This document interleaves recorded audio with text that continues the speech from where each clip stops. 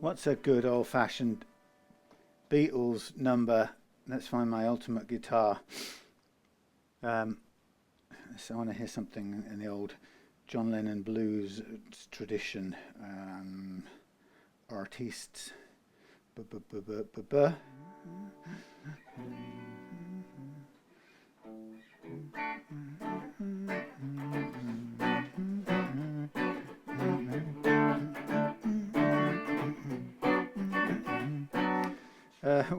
Thanks. You better run.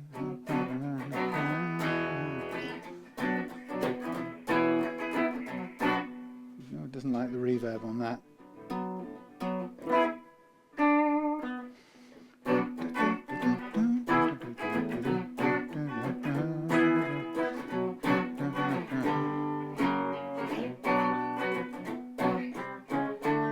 Something like that.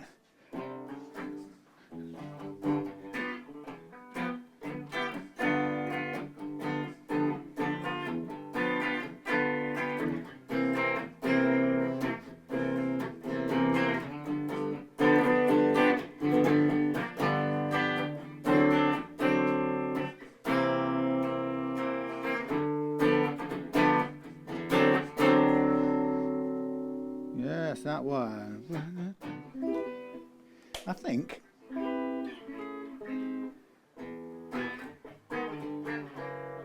it's the first one I've ever played.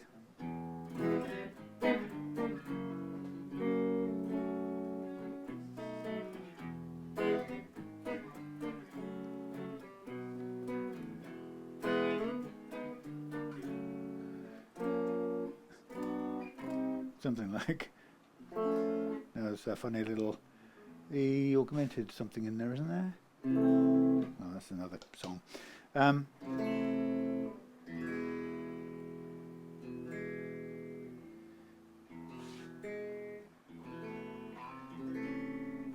know.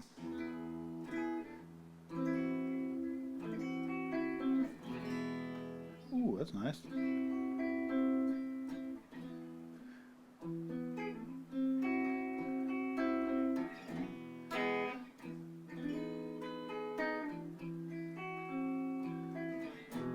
Anyway, yeah, I like it as a thing. I can't quite get my hand around the tremolo being all the way back here. I don't quite know how I'd play it. Can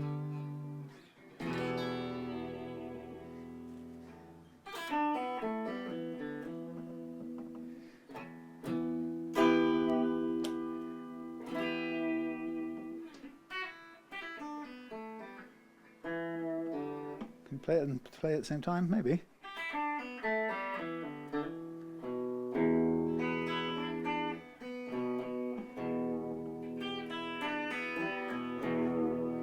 Feels like it needs to be somewhere further over here, but hey.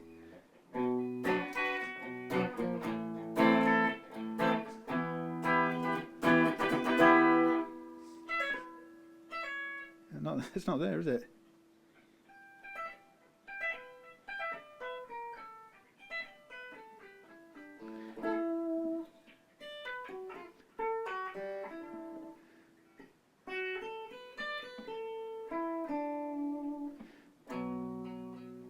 I can't play and...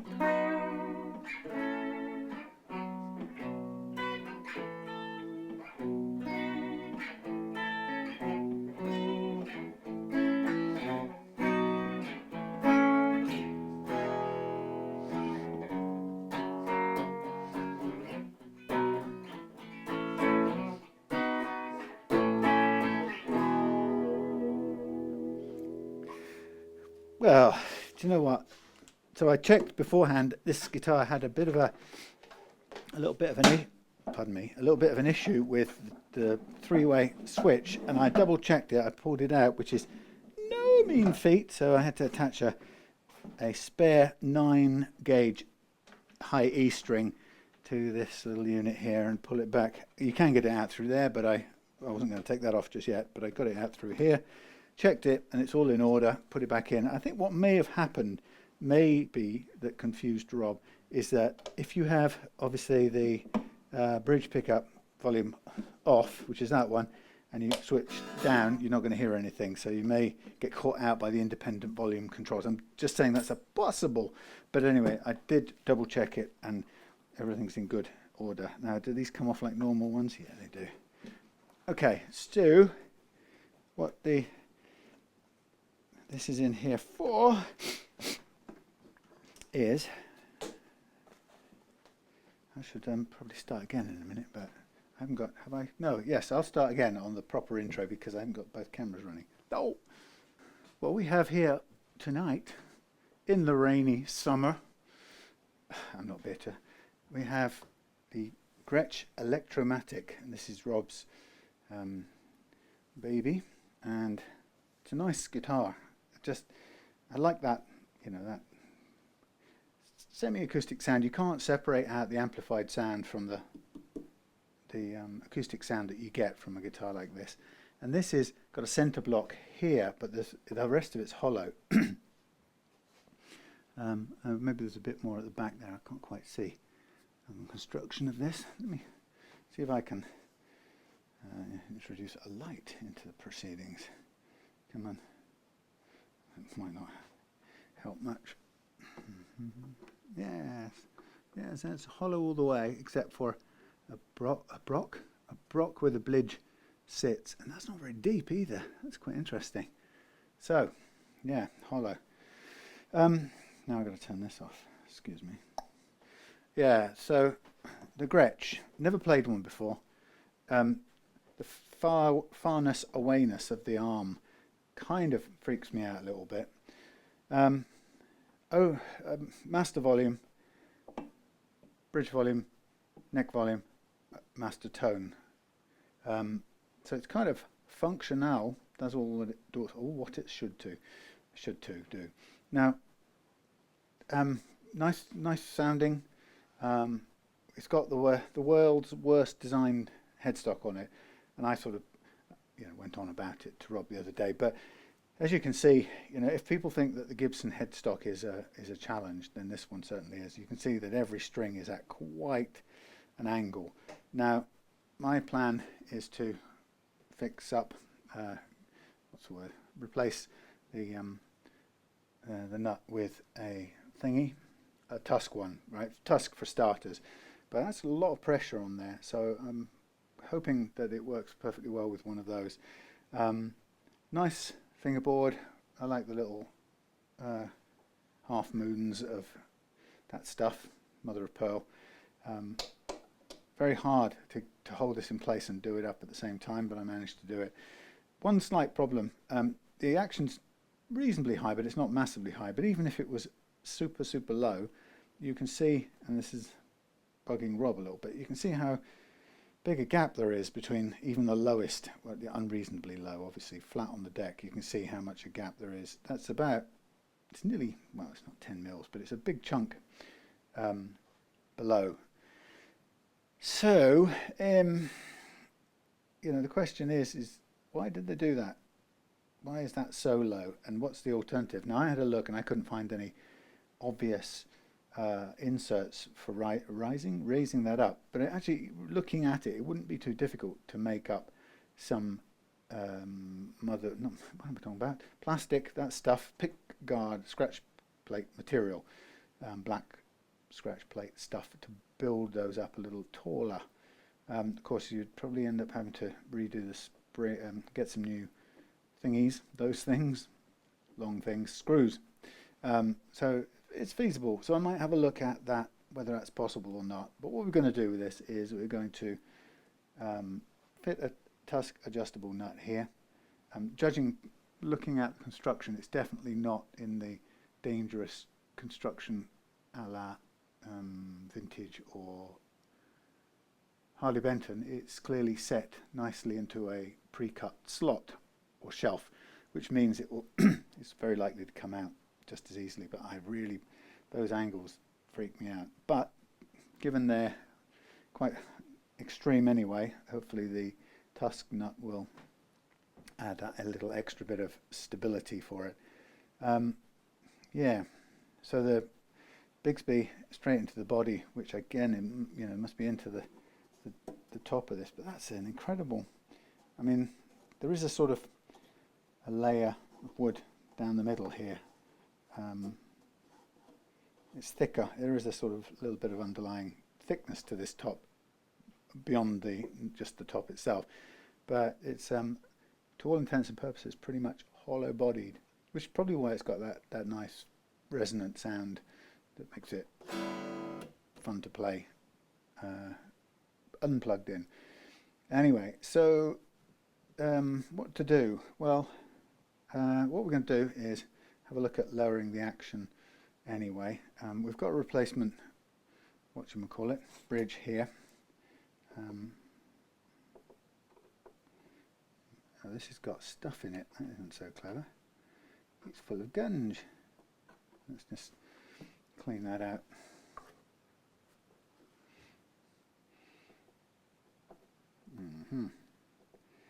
Some sort of goo. I don't quite know why. So this was, the whole idea of this was to give us a little bit of room to adjust without having to. I can tell which way this one's coming now. Is this one coming out, going that way?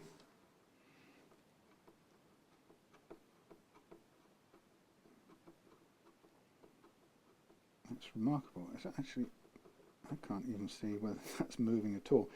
I don't really think, oh yeah, it's going probably slowly going down. It's quite some, what's actually happening is we still need to use this. All it's doing is it's screwing in the adjuster, but that's fine because what we don't want is a ton of the adjuster sticking out once we've lowered the action. So we'll just use the, what's it, the dially screw things. Wheels is the word I'm looking for. We'll have a look at setting the playing action. Oh, I see I've kicked off and I haven't even prepared my camera angles or anything. So let's have a look at the low E last fret. That's about right there. That's a little high. So let's dial this in a tiny bit, and then let's bring this one up to meet the surface of the piece, the bridge. So we are at 1.5 on the last fret low E, and we are at 1.5, a slight bit further in on the high E. And the question at this point in the proceedings is, how does it play?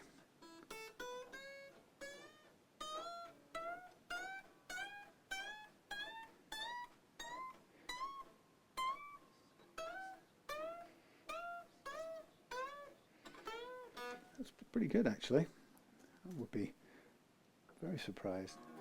Obviously we're out of tune because it has changed.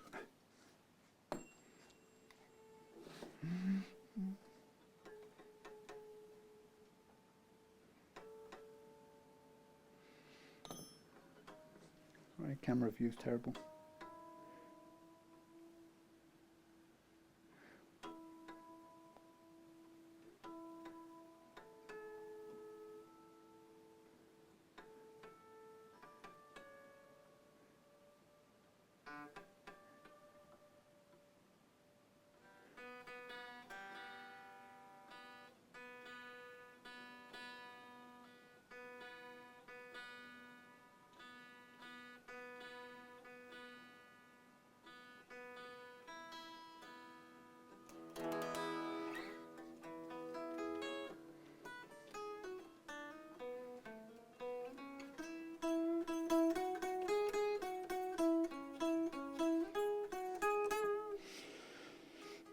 A little bit of zing on the G at the moment.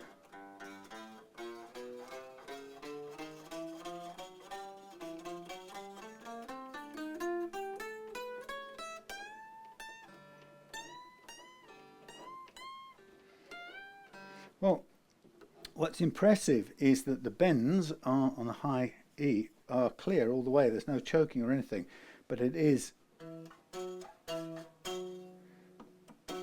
can hear it's very fret slappy on the lower strings. So I think we're going to have to do some gentle leveling on that to clear that up if we want to have this low action. The other thing I just want to have a look at while I'm here is what the height above the that thing, the pole is. And that's 2.5, 3, 3.5. It's 3.5. It's 3.5. It's not the worst. There's not a lot of adjustment on these things. You kind of dictated by the geometry of the whole piece. What I can also see is typical of these tunematic bridges. I don't know if you can see this. The G is always a bit out of sequence with the others. So when you start to look down at this, so look at the. Try and look at, if you imagine it as a radius that you're looking over, it's quite difficult to see, but look at the strings here, not at the saddles. So as we come down, you'll see the A and the E and the B, and look at the G. It's in a pair, obviously. Not obviously. It's the D. The G and the D are in a pair. Well, actually, is it a pair? No. So the G actually is higher than everything else in the whole lot. So there's a kind of strange. It seems to be so commonplace in these tunematic bridges. So, for example, where I would end up feeling more comfortable with would be, if I can't see a good angle on this now, would be with G more like that. And that is, you see the difference? That'd be more like that. And then when you bring it down, you'd see it would be in line with everything. So the G, as I look over it, is always, on tunematics, just slightly kind of out of sync. Now, I've just noticed something. I thought I had a chrome. This is chrome hardware. I wasn't sure at the time, but I have a spare nickel bridge, which I'm going to put on, and I'll do a deal with Rob. So I'll put it on for now as we do the setup, and then if he wants to, I'll get another chrome one and we'll swap over at the next string change and he can send it back. It's just a visual thing, but since I've got it here now and since we've got a time slot on this for working on, I think it's better we do that. I had thought it was chrome, but there I'm always getting mixed up between chrome and nickel. Not that much difference in the case of the bridge, but okay, so now I'm going to just have a quick check at the amount of relief in the neck, and there is some in there. So it's very little, but it's more. Well, it's not very little. It's more. It's more than none. So, and it's appreciable. So I'm going to live with that. Okay. While I'm here, let us remove the. Let's remove the scratch plate and I just want to do it so I can have a look at the underlying base that this is sitting on. Sorry for the view isn't so clever while I'm doing this. So I just really want to look at the pickup base to see how easy or difficult it would be to, add in an extra little booster. There goes the screw. I spotted where it went.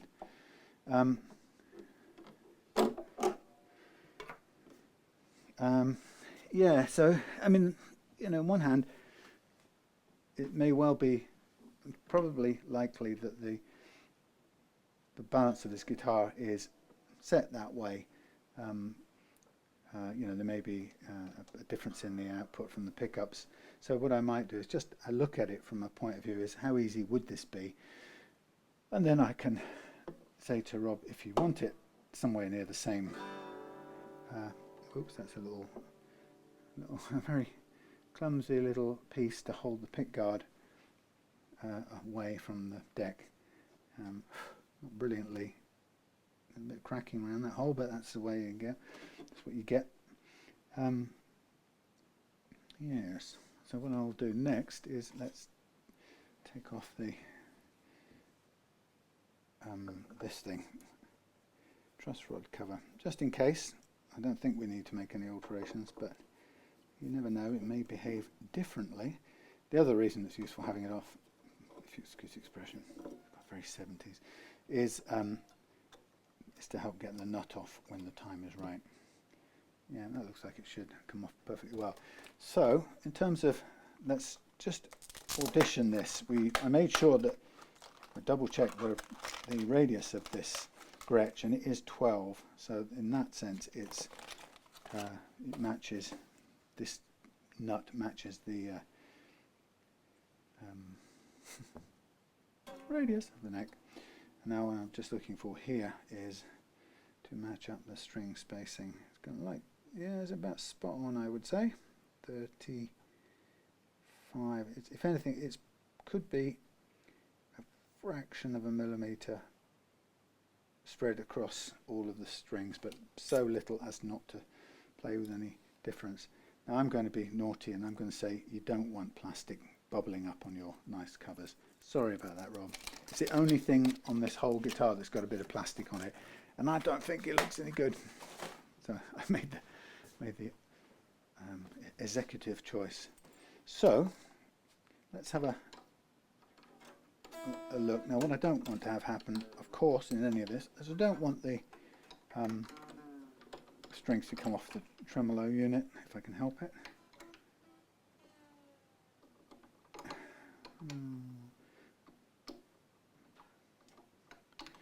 So I'm just going to take these off. There's a little bit of wear on the frets now, which could be happily done away with. It's a bone nut, it's pretty well cut, everything about it's pretty good, but we're going to go for the luxury of the Tusq. Now what I'm going to do beforehand is I'm going to get me a suitable bass.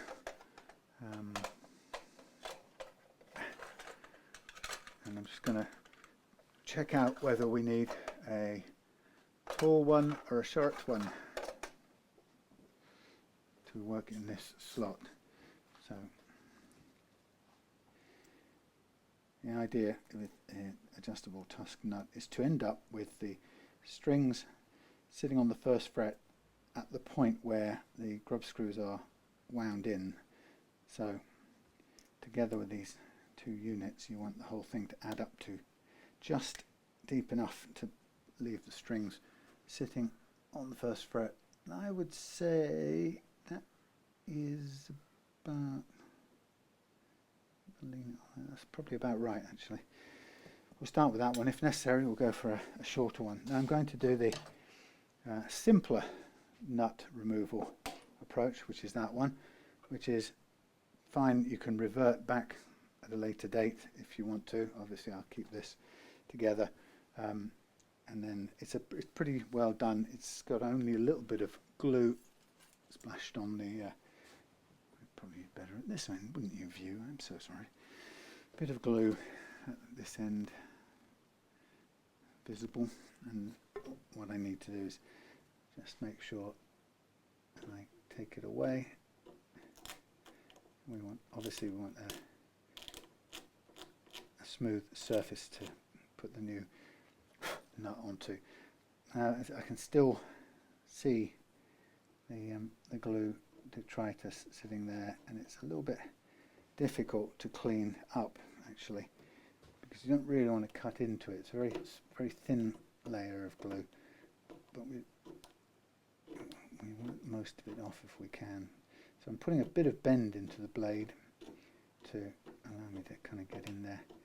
And I think we'll just get some of it off, and providing the new nut sits in the end, will sit comfortably in that slot, then I'll be happy with that. So I'm just going to now move this out of the way, because the first thing I know is that we need to sand this thing.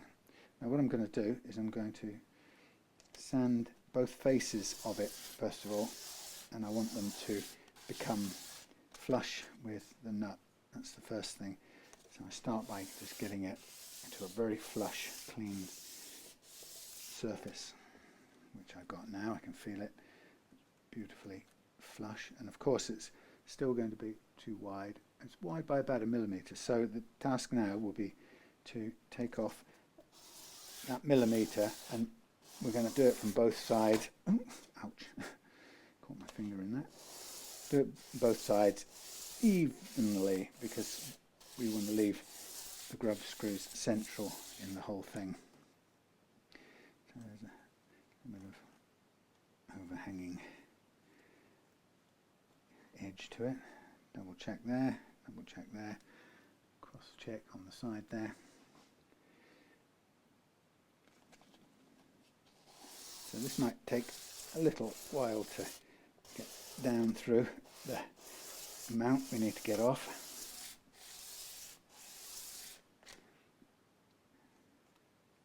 Now, how much there is to take off in here is sort of a bit of an unknown thing, because you're right moving there. If you keep on cutting too far, I think you eventually cut through the sidewall of the 3D printed nut, which is obviously not that useful. But the nut itself is really, its only value is to provide a footing for the the grub screws to stand on. Okay.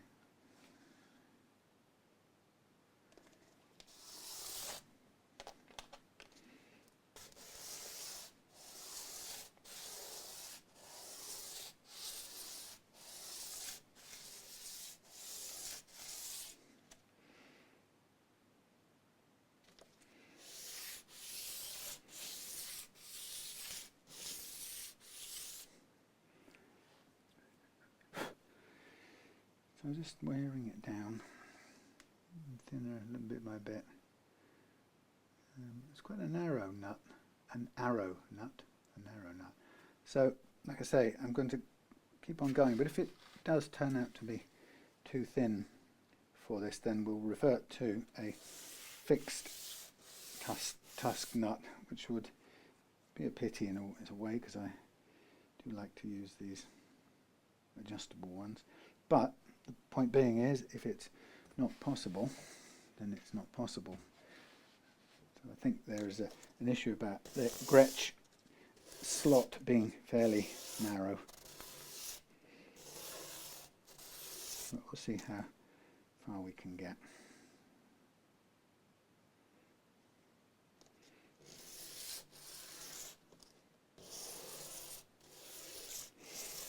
Now I'm going to to train myself not to do this sort of stuff with my tongue sticking out the old time. I was watching some video the other day, and I was doing nothing but being a monkey. So, and funny, I was looking at the video thinking, how come, what is it that feels right about having the tongue sticking out and while you're trying to do something else? It just doesn't seem to make a lot of sense why that's a helpful attribute.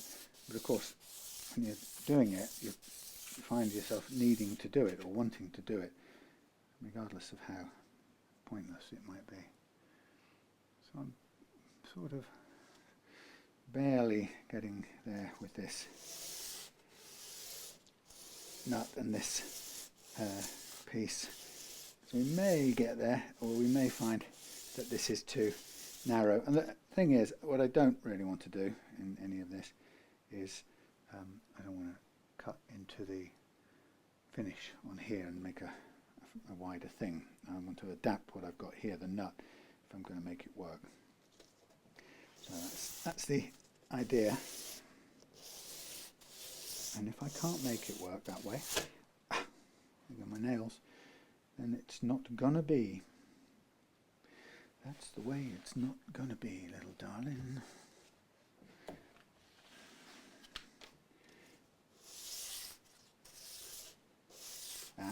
Put that tongue away.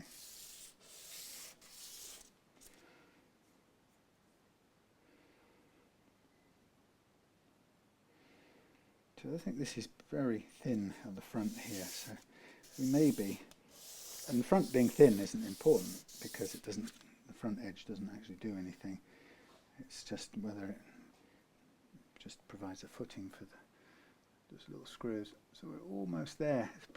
It's a pretty narrow little thingy. So I'm just going to now try and tailor it down that last little bit to get it to fit, even if it's just slightly on the wedge side of things.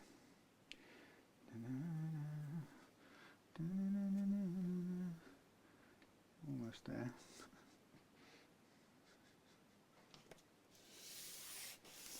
No. No, no, no. You don't need to put your tongue out. You do not need to put your tongue out in order to get this done.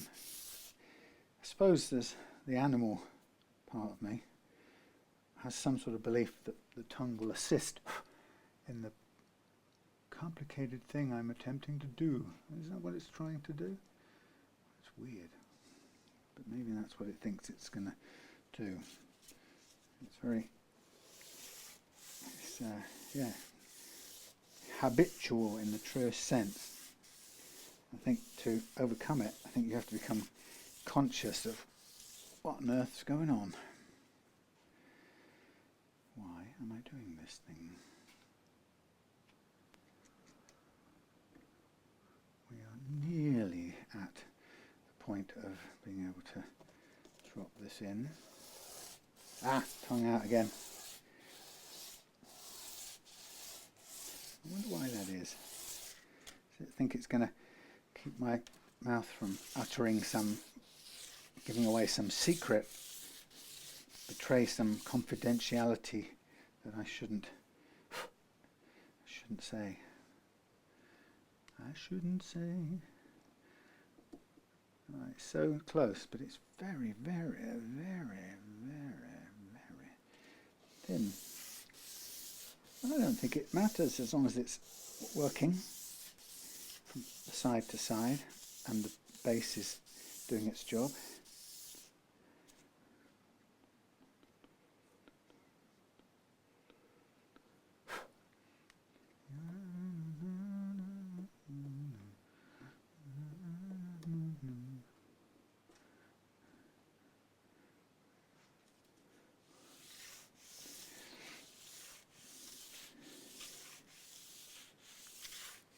Not sticking the tongue out. I am not sticking the tongue out. I am not sticking the tongue out. No, I'm not sticking the tongue out.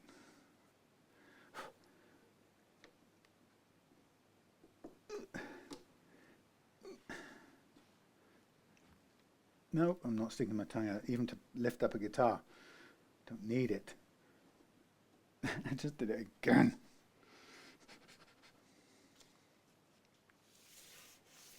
No, no, no, no, no, no, no, no, no, no. I've got a horrible feeling that I'm supposed to be doing something on a day that I've got something else booked. Just had a feeling that I've got there we are, fitted in. Wow, we actually get there in the end. Now that is a little bit high. So should need to reduce down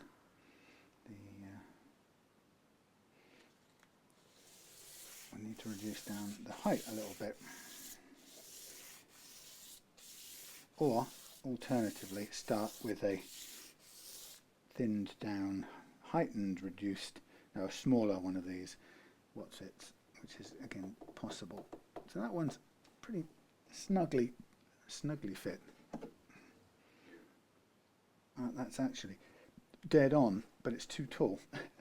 So now I will do my best to reduce it in height, hopefully, whilst not cutting through and leaving nothing for the whatsits to stand on. Because if I do, then I will go backwards and get a shorter bass and just re-adapt that.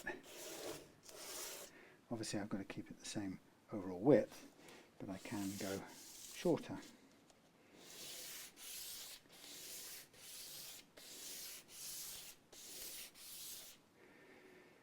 we doing? Come on, Eileen. Supposed to get loads of dust build up on your hands. And now that's got a little bit thicker since we've taken down the thickness. If I know what I mean. I'm just going to angle it again just a tiny fraction.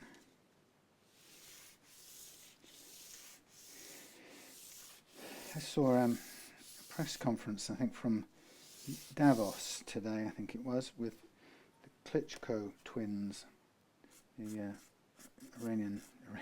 Ukrainian boxers, twin brothers. And I don't know, something extremely impressive about their courage, I think, and also their ability to articulate what they're doing, what needs to happen.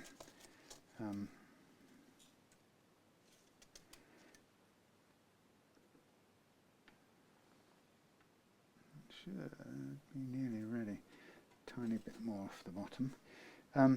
Yeah, there was one point in the interview where the interviewer asked a question, and Vladimir, Vitaly and Vladimir, I suppose, yeah. Yeah, the brother, she asked the question and he stopped and he thought for a good few seconds before answering, and it was kind of a pronounced gap, and it was really unusual that there was such a big gap between a question being asked and somebody answering. And I guess there could be an aspect of it that's okay. Well, it's a second language thing, but it reminded me of how in our political culture it's become so deeply unfashionable to dare say I don't know, or I'm not sure, I haven't got a pre-made answer for that, let me think. And I just thought, wouldn't it be fantastic if our politicians could stop and consider before anything, before they fire off an answer. Of course, it's very rare, and if you go and watch normal, regular British politicians, you'll hear them. They're so pre-programmed with what they've got to say. They'll be diving straight into it, without any pause at all. It's sort of just depressing, really. Okay, this is good. This is actually a better position of the strings compared to the original. Sorry about the view. The original bridge. Bridge saddle is what I'm looking for. The original saddle had the high E a little bit too out towards the edge here. This one brings it back in, and you can see it's changed it slightly because it's moved everything central, and it means it's better balanced down here. It was looking a bit roomy over on the bass side previously, but now it's in a good position. Well, I'm happy with that. It's almost it's just about the right height. It could do with a tiny bit taken off the treble end, but actually it isn't strictly necessary. You could just run it as it is, with the treble end actually sitting at the correct height, full stop. But just for the sake of my sanity, I am going to do that little extra bit on the treble end of things. So just a tiny bit more,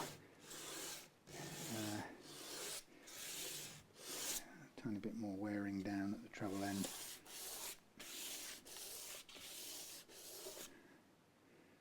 Hopefully that's good.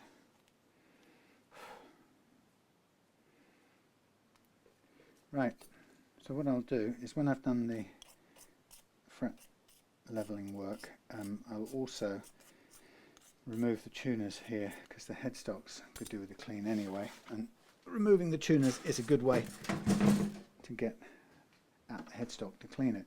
So just while I'm here, I'm now going to mark up the frets. I won't look at the template shape for the pickup ring until I've done the fret work, and then once that's done I can take the strings off completely and lift out the pickup and have a look. But in the meantime, here we are, just marking the frets ready for the leveling process. Not bad at all in terms of the no chokes on bends, which is great. It's actually quite unusual.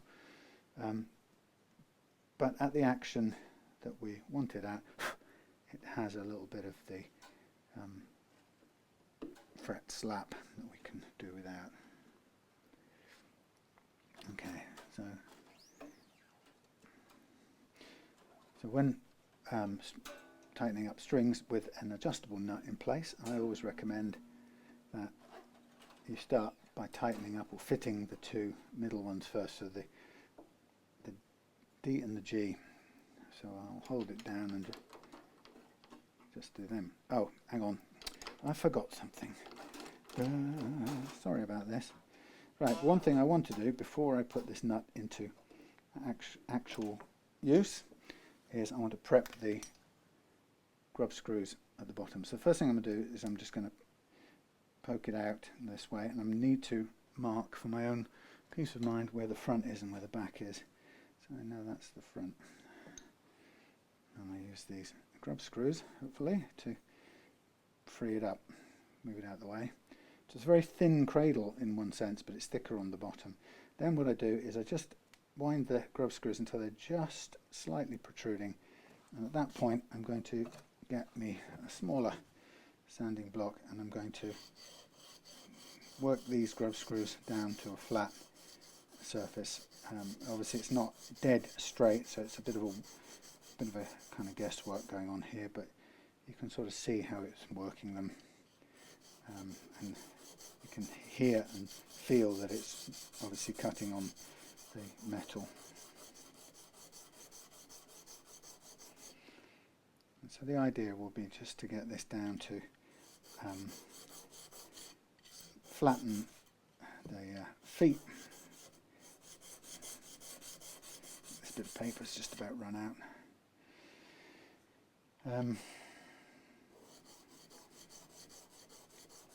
So the idea of this is that the 3D plastic isn't the hardest material in the world, so the aim is I just want to flatten out these so that that plastic has so that the weight of the grub screw, the pressure of the grub screw is just a little bit spread out when you place it, when you dial it in.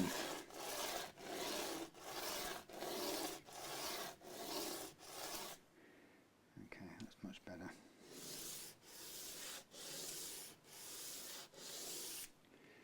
Okay, dead flat. So loads of extra weight shedding qualities. So now I remember where my front is. Stick that back in there.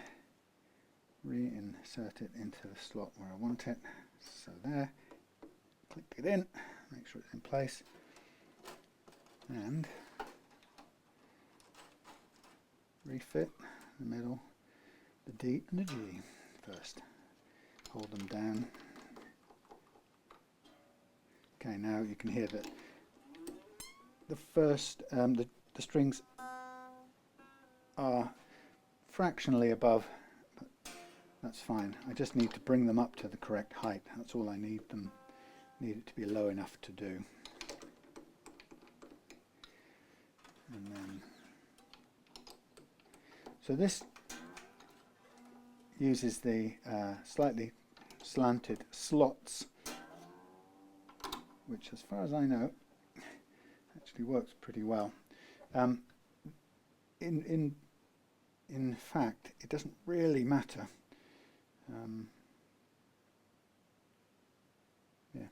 It's not really critical. Some people have an argument and they think, well, if the slots are angled, then it fixes the problem of the strings having a changed direction. But if the string is, if the slot is angled as these are, then the point of pressure is at the front edge. If the slot isn't angled, goes straight through, the string has to turn the corner at this part, so the point of pressure is at the back end of the back edge of the nut. So it's always going to be a point of whatever the word will be, pressure, but all you're doing by using those different nuts is just shifting that point to the front or to the back of the nut. So it doesn't really make any difference. What obviously makes a difference with these things is the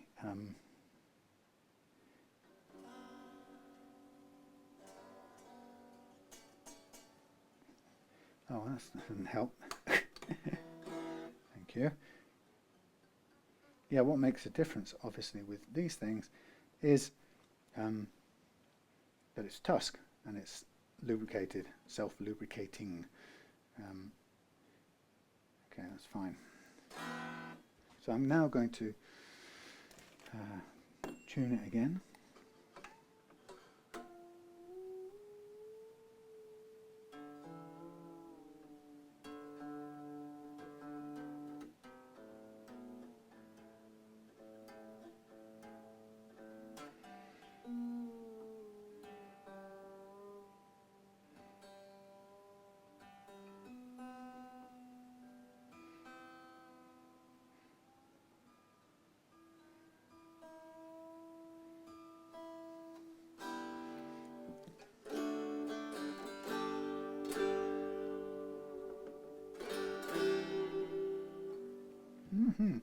Right, so now let us do the leveling game, and this is really now going to be a leveling from the point of view of getting rid of fret slap more than anything else. So that's what I'm listening out for and working for. Oh, as a secondary benefit, we'll also clear up some of the fret wear as well, but that's not ever, another word being never, that's never a primary objective for me of leveling frets. So I think it's a nice side benefit if you if it clears up fret wear, play grooves, you could say, but it's not I don't think it's a good trade-off if you're just primarily concerned about the aesthetic, because I don't think the play wear really, it isn't a showstopper, if you like, until such times as it's really, really bad. And as I've cited a number of times, Brian May in his Red Special says he's never refretted it, and of course that thing is full of fret wear. Now here's an interesting thing. This is a good neck, but it's immediately showing some interesting telltale signs. So low, low, low, low, a little high, very high, high, lower, very low, low, low, low. So there's a high spot here, two low spots. Oops, sorry, high, high, high, high, high, all the way down here. So that's kind of evens down there. So evens, low spot right up here after the 12th fret, and then a high spot immediately afterwards and a low spot directly after that. So that will be causing some of the fret slap. Now it's not evident on the, or it's much less evident on the high strings because they don't move as much. But as far as the low strings go, this is where you'll find the fret slap will come from. That's okay. I can move on from there because we know we haven't got any chokes on the high E, even though the notes play out. We're going to continue leveling to keep the leveling uniform across the frets, and also while we're at it to take out the fret wear. So and it really be as we come across to the wound strings that we'll be listening out for improvement in the reduction in the fret slap. Now interestingly, it's now evened out a little bit, so the this fret here, which is 12, 13, 14, 15, 16, 17, is still excessively high all over. We might find that continues all the way across. So that really is a high spot. But interestingly, the low spots here prior to it, so 14, 15, sorry, 12, 13, 14, 15 that were low and the E track are now showing up as just about back in the fold, and what we've got is still low on the last few frets. So that's there isn't a change occurring across the radius, which is quite common for that to happen. Not the least bit unusual.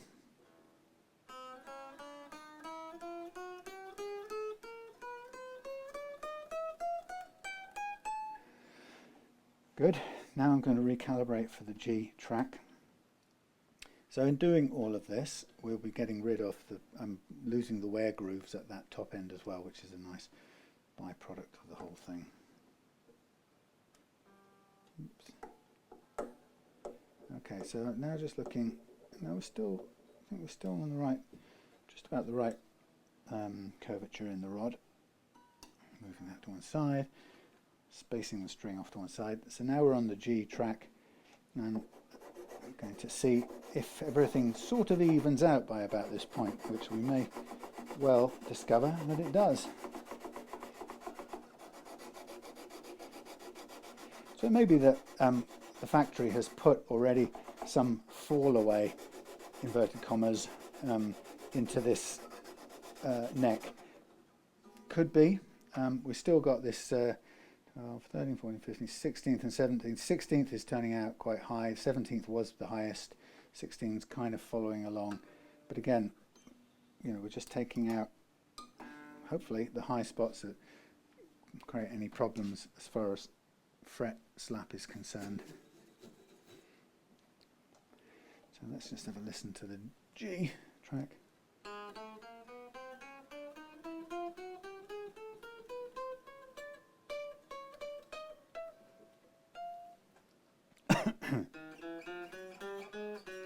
Bit down there.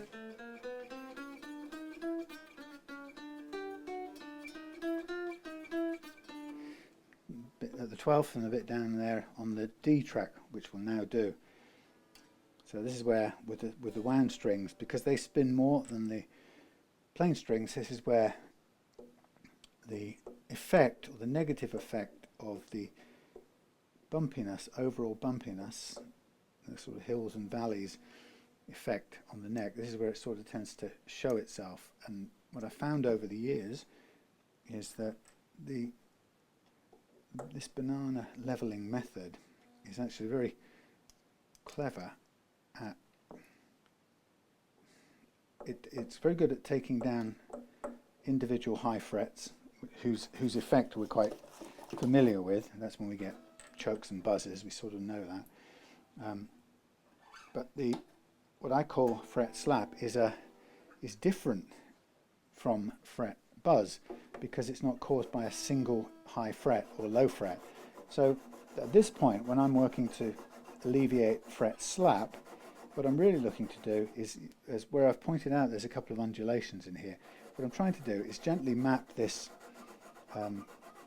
curve of this tool now onto this slightly bumpy neck, and I'm sort of trying to keep my point of pressure, if at all, close to the center, because I want the natural curve of this to impose itself onto the slightly bumpy shaped neck. And what it's doing, it's definitely doing that here, and not so much up here. So that flattening, or that low, probably fall away after the 12th fret.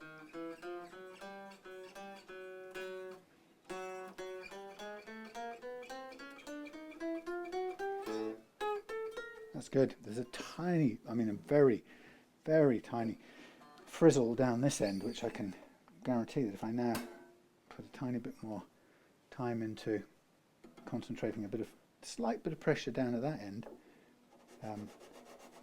bet you that will disappear nicely. So how and why does putting a little bit of pressure on at this end make a difference? Well, it just does. So you can see that the high frets are still here.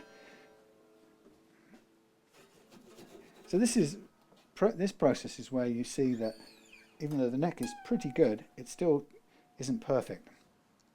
And what we're aiming to do is to make it that bit better for customers who want a particularly low action. Not everybody does, and you know, there are some people who say that's ridiculous, nobody should have an action this or that low, and you know, everybody has their own view about what's correct and what's ridiculous or not, but I know what my customers want, and they tend to want a low and buzz or slap free playing action. So that's what I aim to do with this approach.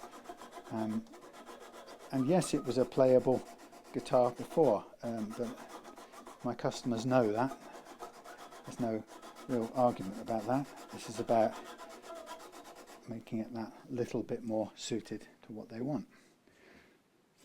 Nobody's saying that, you know, Gretsch or anybody should somehow be anticipating what Rob wants and making it happen by doing this sort of extra leveling work, but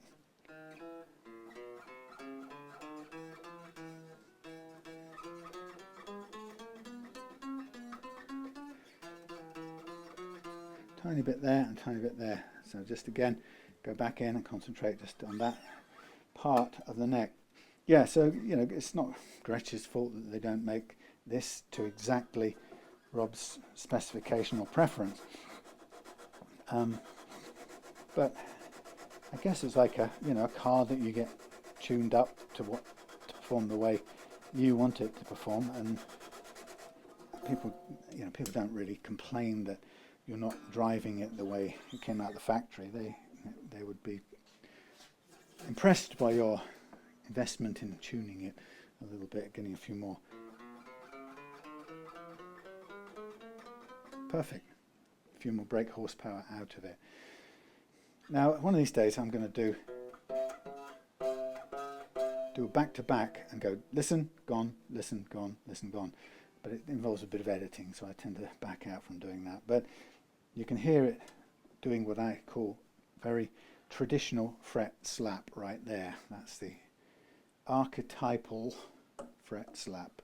And now I'm going to ease it away with tiny adjustments when calibrating. There we go. This fabulously elegant and simple low-cost tool.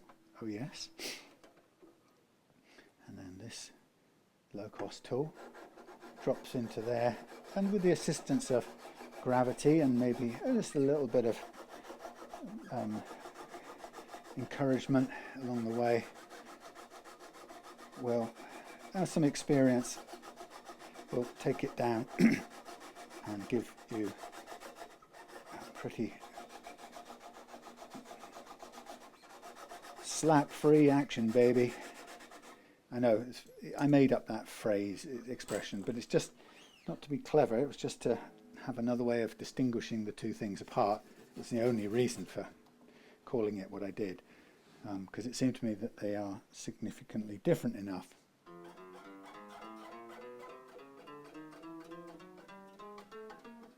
Gone.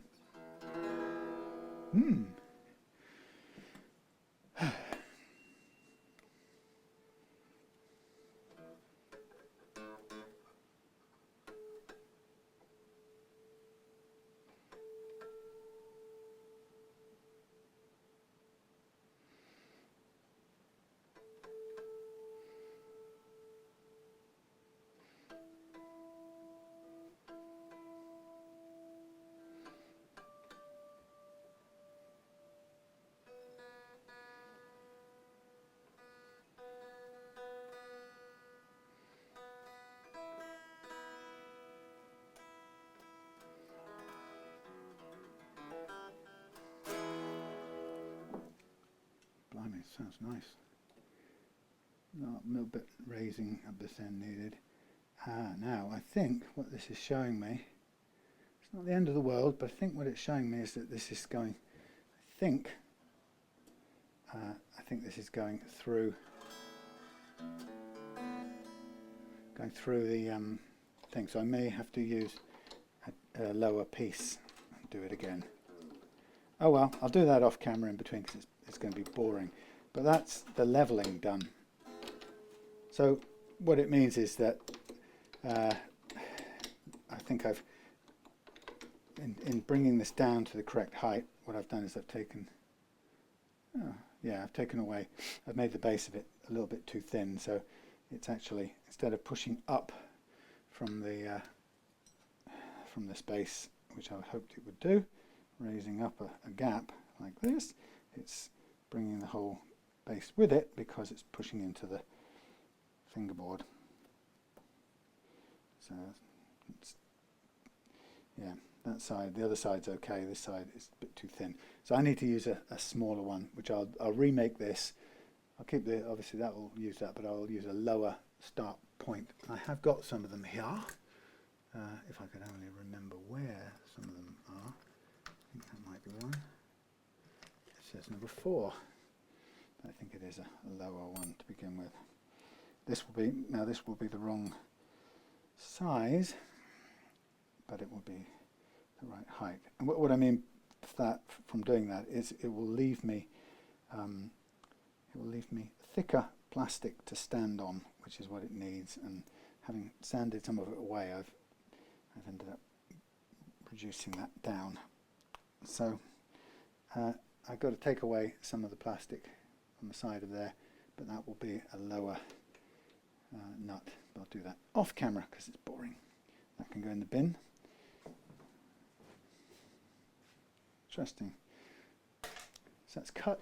It's cut into one and not the other. I wonder. Let me just do something. I wonder whether that's. I have a feeling that sometimes when I sand these down, they leave such a fine edge that they endanger when you do them, turn them, they cut in still. They cut in like a screw. So I've got a feeling that it possibly needs a little bit of taming. I don't quite know if this is the way to do it, but I sort of think I'm probably in the right place. So just different approaches to the problem. I used to, before I used the 3D printed stuff, I used to make my own make them with resin, and it would be fabulous if I could get them made in some metal. You know, I mean, titanium would be good, brass, anything really. But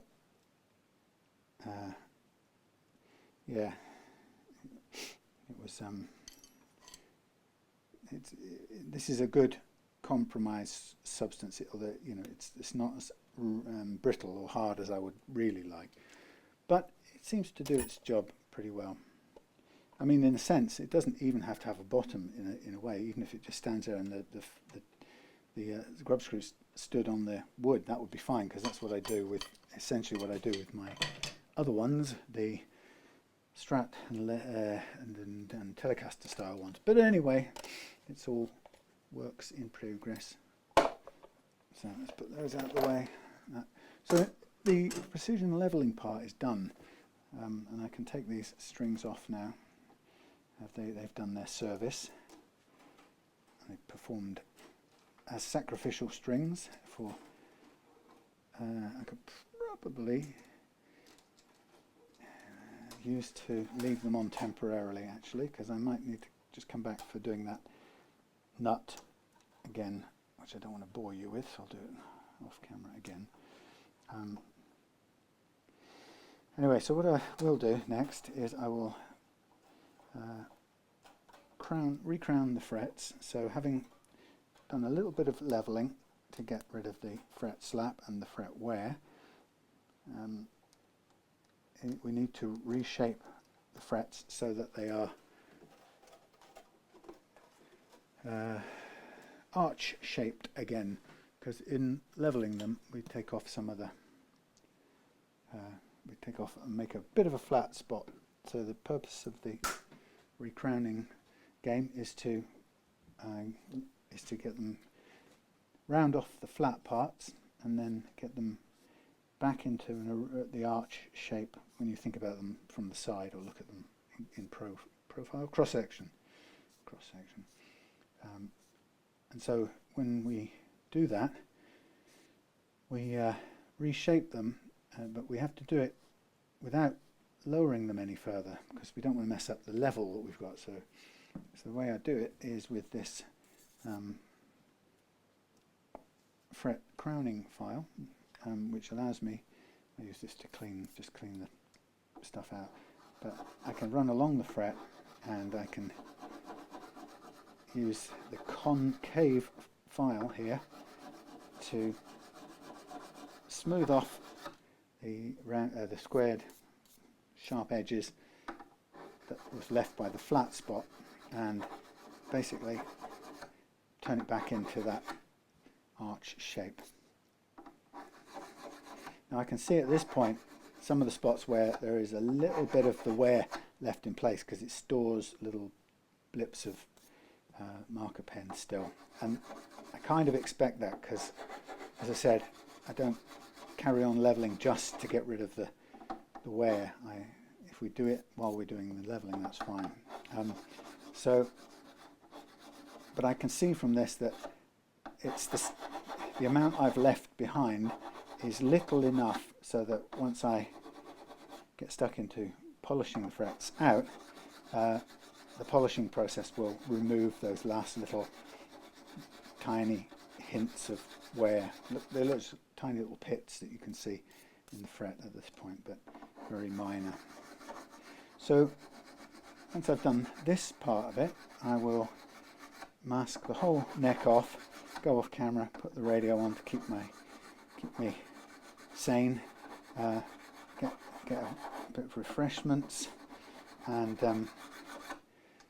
then I'll come back and also have a look at the pickup thing and decide whether I can offer a simple copy of that piece as a ring booster if I've got even got any material to do it. But if I have, I'll have a look and see how easy it would be to do it.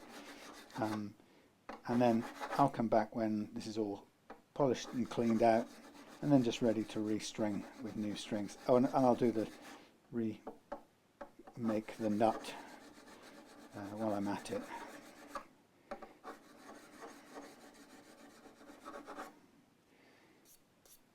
Okay. So we're supposed to be rehearsing with the band tonight. We have a new singer coming to try out with us, but I think she called up with a earache or something vital, so we've cancelled that until Friday this week. So it's changed from the start of the week to the end. And then I've got another rehearsal on Wednesday, which could be a double booking with something else. Yeah, and that's with the wedding band for later in the year. And the guy whose wedding it is, David, is a kind of an old friend of a good friend of mine, and we got introduced that way, and I set up a couple of David's guitars for him, and then we got to know each other a bit, and then he invited me to join them practicing to play at his wedding. So I kind of got brought into that, which I was happy to do. So, but David has got more rallies at the moment than anyone else I think I know. So he's Mr. Rally Collector. Right, I'm going to go off camera, get all these bits sorted out, including the nut, and I'll come back to you in a minute. Okay, we are back in the room. Cleaned, tuners off and on, nut in, thing on, cleaned, polished, booster put in there. I made 2 of these in the interim. Dun, dun, dun. So you can have another one. I've changed the bridge from that one to that one. Actually, you can't really even tell the difference. Yes, it's technically nickel, but it's as good as far as I'm concerned if Rob's happy with it, then we'll leave it as it is. Okay, so what am I going to do now? I'm going to do some oil ink and some string ink. Stringing, oiling first, stringing second. Yeah, so that's it. Stringing, stretching. I just have to wash my hands. Am I still running? I got all my things right. Yeah, I think sound's running. Should be. I'll put on the scratch plate as well. So yeah, that's lifted about 2.5 mils lift up on the pickup there. So I'm hoping that kind of works height-wise. I mean, it looks like it does. So, and it certainly brought it up from where it was. So that's pretty good. Now this is been well played guitar because I can feel the corrosion, finger corrosion in the fingerboard wood, which is usually a good sign of many years of playing. So it's clearly been a much liked and loved guitar. So I think what I'm going to do is I'm just going to use a quick chemical hand clean, which isn't the best thing in the world to do, but what the heck, I'm going to do it right now. Like so. It gives me a quick wash down. It's like surgically cleansing. Right, so, oh yes, this. Let's get this back on, scratch plate. So a scratch plate is going to go in there like so, and then this sheath here, and there like so. That's a very long screw, but that's how it goes. And then we'll just do it mostly up, and then we'll just do the, oops, thank you. I knew that was going to happen. Strings off, everything becomes a bit frisky. Let's just get that in there.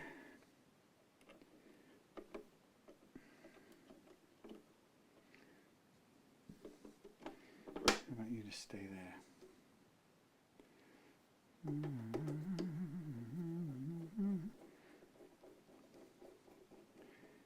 Alright, Johnny good.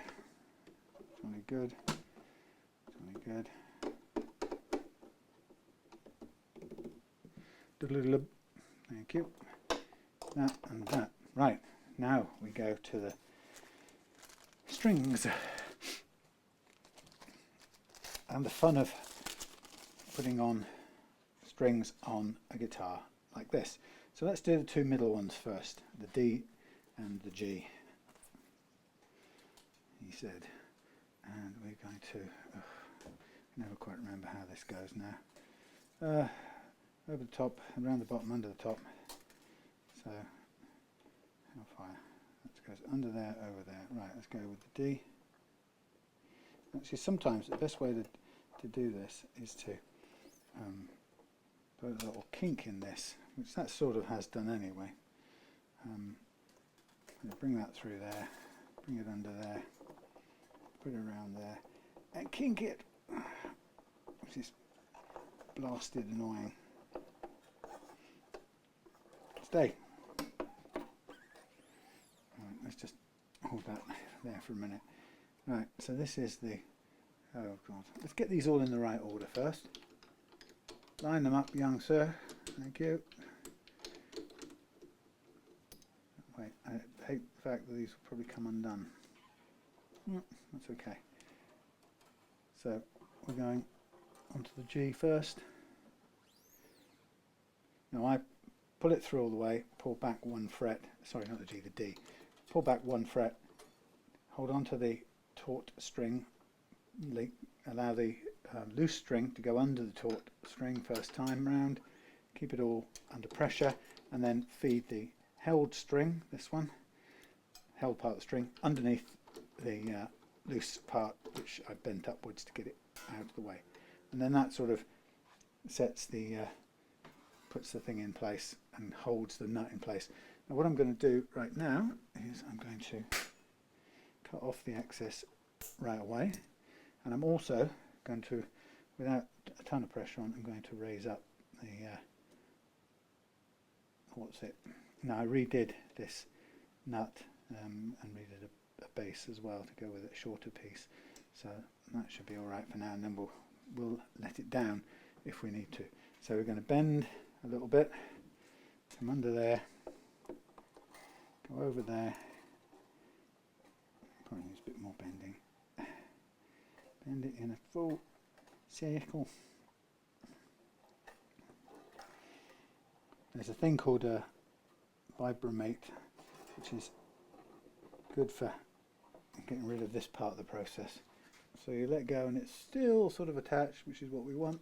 Then through the G, line it up, get it on its roller, get it around in the right place, pull it taut, pull it back a whole fret, hold it in place, wind on, let the loose one go under the held one first time round, pull up the loose one, keep it all taut, and then direct the held one underneath this time until it's come around again, which will sit there, and then trim that as well. Okay.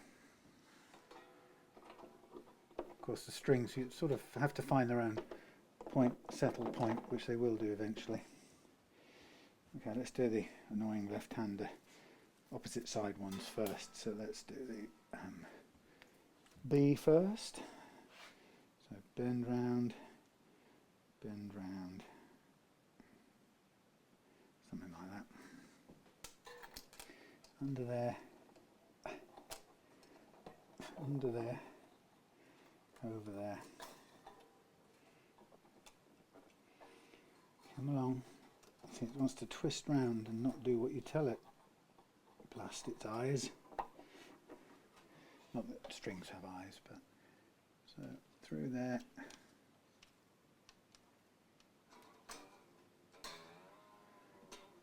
On there. Again, back a fret's worth. Hold it down. Wind it on.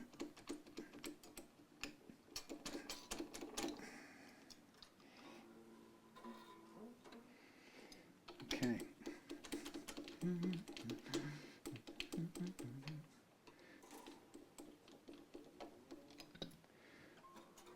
Okay, so that's lifted that pickup up a fair bit more, and I think I'll leave Rob to decide if he wants it higher. He can raise it the next time he does a string change. It's a little bit fiddly, but you just undo the things and you sort of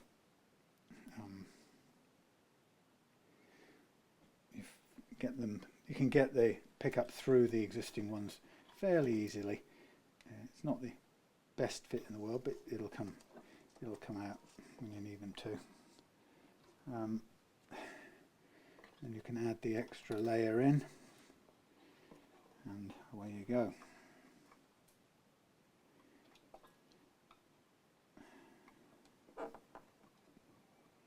Come on, don't leave me there unable to do anything. Tighten that up.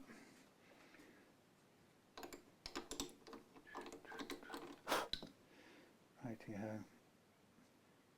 So tomorrow, no, not tomorrow, Wednesday, I am supposed to be going on a mission to help my old Pops who needs a new bed installing, because he's, after having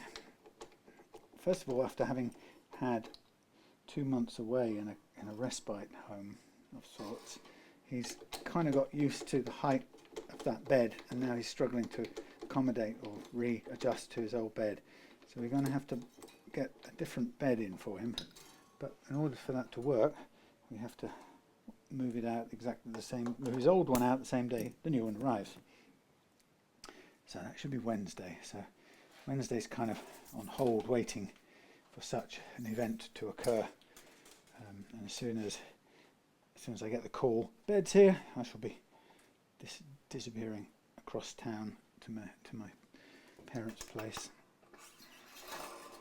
And that should be him getting a fairly good night's sleep.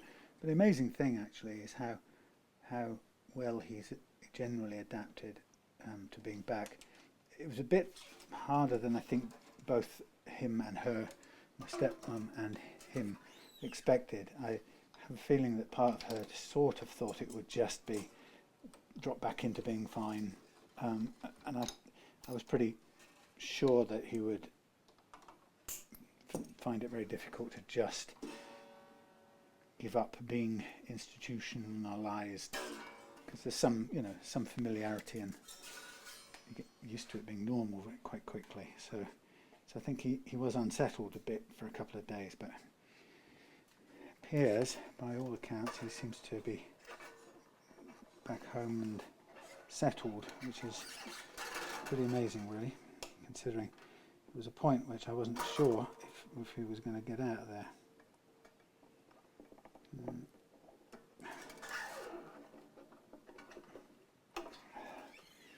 So it looks like he's just cheated, not death exactly, but cheated the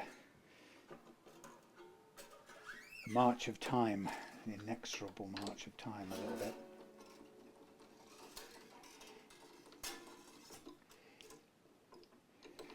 Okay, so those are everything on the things, all the wires. Strings are all a little bit all over the place for the time being, but they will and should sort of even themselves out.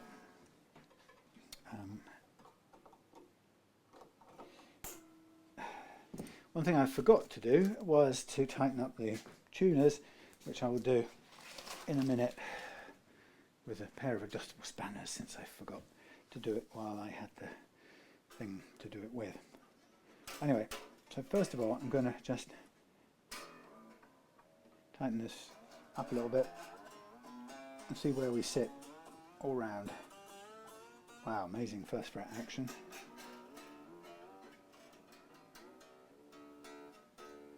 Could even be a fraction too low, which now we'll get my thing here and we will raise it up a thing here and we'll go from there.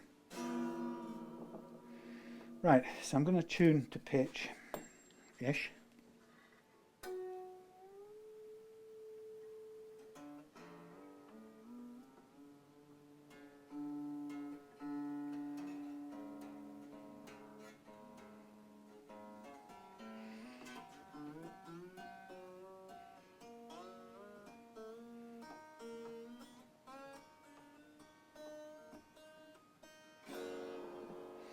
Now, since I've changed bridge and while everything was off, these things have spun round and gone all out of kilter, I need to readjust all these, so that's way off.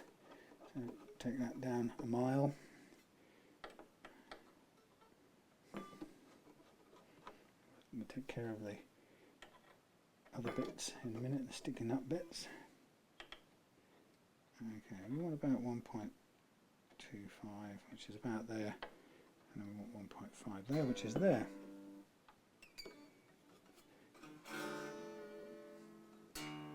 Ooh. Right, so the first thing I'm going to do now, or nearly the last thing I'm going to do, is I'm going to take care of some stretching. Oh, blimey.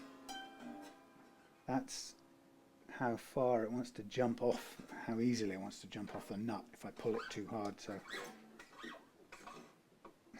that's, oh God, same at this end. That's part of the problem of having these widespread at the nut, at the headstock. You know, it's a lot of sideways force, so your nut has to be good. I remember loads of times seeing old arch tops which had similar widely spread strings, and the angles that some of those went off to the side at had broken the edges off the nuts.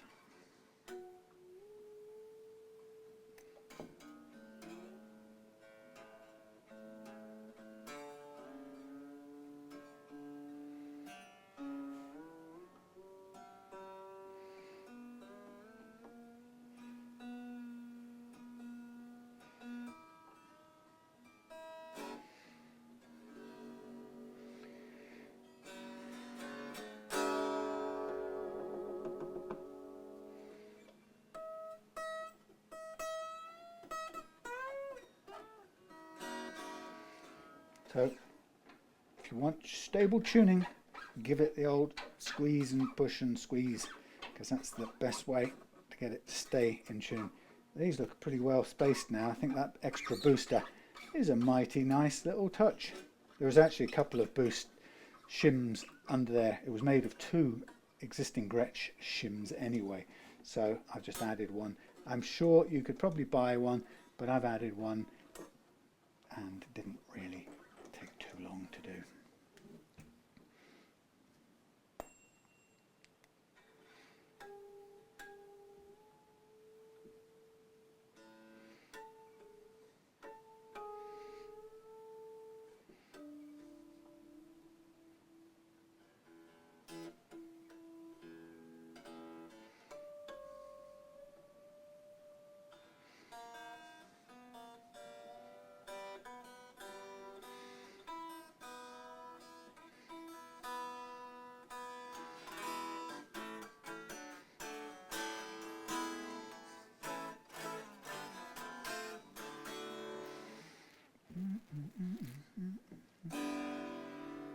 Okay, so I'm going to now do the last bit in the whole thing, and that is to just check the intonation. Now I'm going to do this time on its back because it's a bit difficult to lift this one up and do it.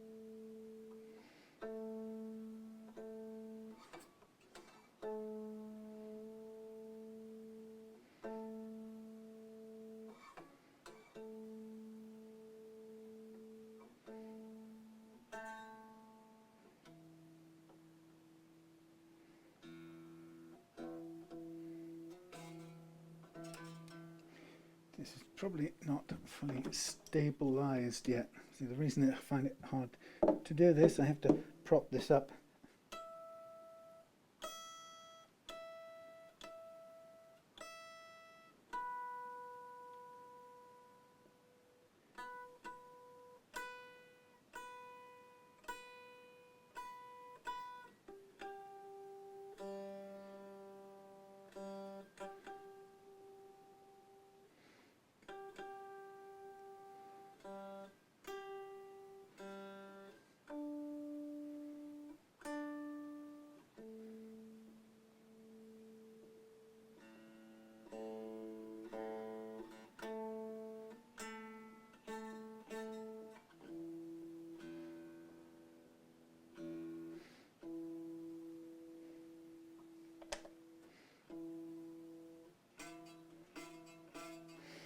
That's interesting because now that doesn't feel high enough.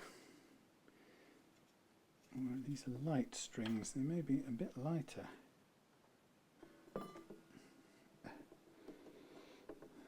It's going to fall over. What I'm going to do is I'm going to just lift this action a fraction because it's a bit on the low side. In, out, out.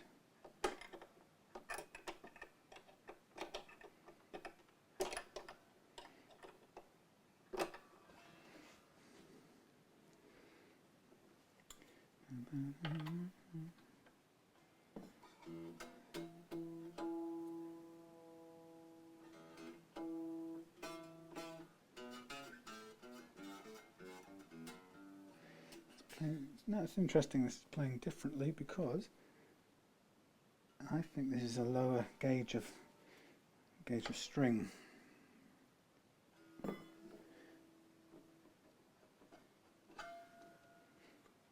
For starters.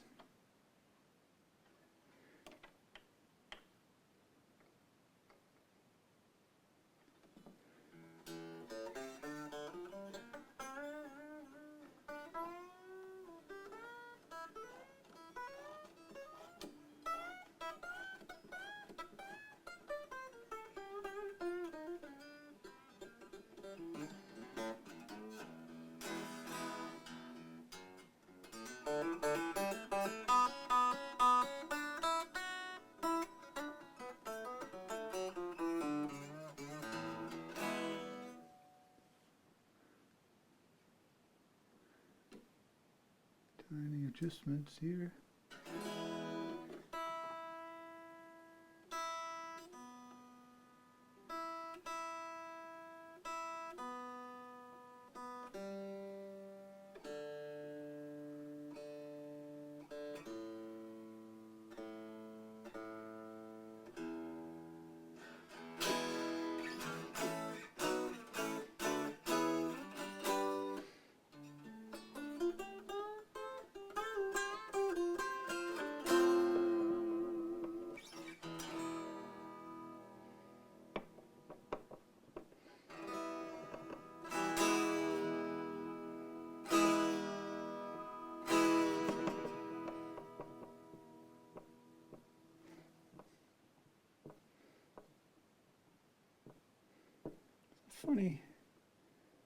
Funny, a lot of movement in there.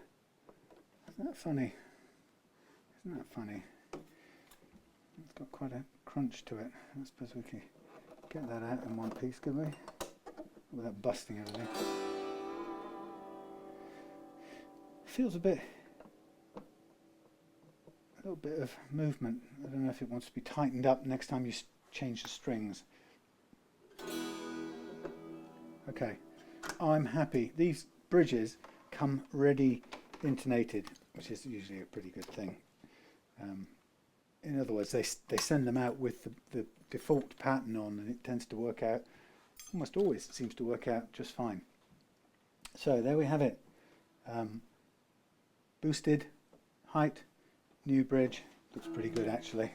But if Rob wants a chrome one instead of a nickel one, which is hardly noticeable, but I'll swap them over at the next opportunity. So there we have it, ready to go in the box, ready to go home. And I think Rob's coming on Wednesday for this, so